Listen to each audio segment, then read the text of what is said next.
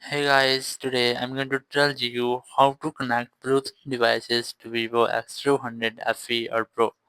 If you're using Vivo X200 FE or Pro and now you want to connect with Bluetooth devices, so let's see how can you do this.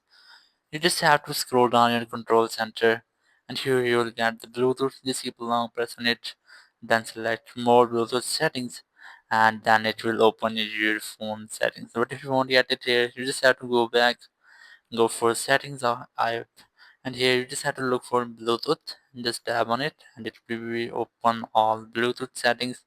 Now you must have to look for any Bluetooth device is nearby to you. Just search for it.